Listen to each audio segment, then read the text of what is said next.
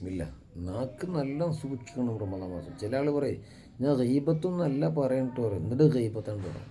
ചില ആൾ പറയില്ല, നല്ലോണം ശ്രദ്ധിച്ച് കേൾക്കും. എടോ, ശ്രദ്ധിച്ച് കേൾക്കുന്നതും ഗീബത്ത് പറയും പോലെയാണ്.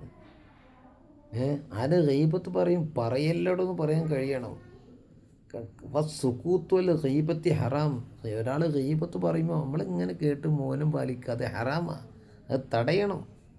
ഇന്നക്കും മിതം മിസ്ലുഹും, നിങ്ങൾ മൗനം പാലിച്ച് അതിന് തടയാതിരിക്കുമ്പോൾ നിങ്ങളും എന്താവും?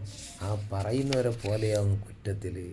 റസൂല പറഞ്ഞില്ലേ, വൽ മുഖ്താബു, ഗൈബത്ത് പറയുന്നവനും, വൽ മുസ്തമിഉ, ഇതിങ്ങനെ ശ്രദ്ധിച്ച് കേൾക്കുന്നവനും, ശരീക്കാനി ഫിൽ ഇസ്മി, കുറ്റത്തിൽ രണ്ടാളും സമന്മാരാണ്. ആ പറഞ്ഞാക്കും കുറ്റാണ്, ശ്രദ്ധിച്ച് തന്നെ അങ്ങനെയാണെങ്കിൽ അങ്ങനെ പറയില്ല നമ്മൾ. ആ ശ്രദ്ധിച്ച് കേൾക്കുന്നയാൾക്കും കുറ്റം കിട്ടും.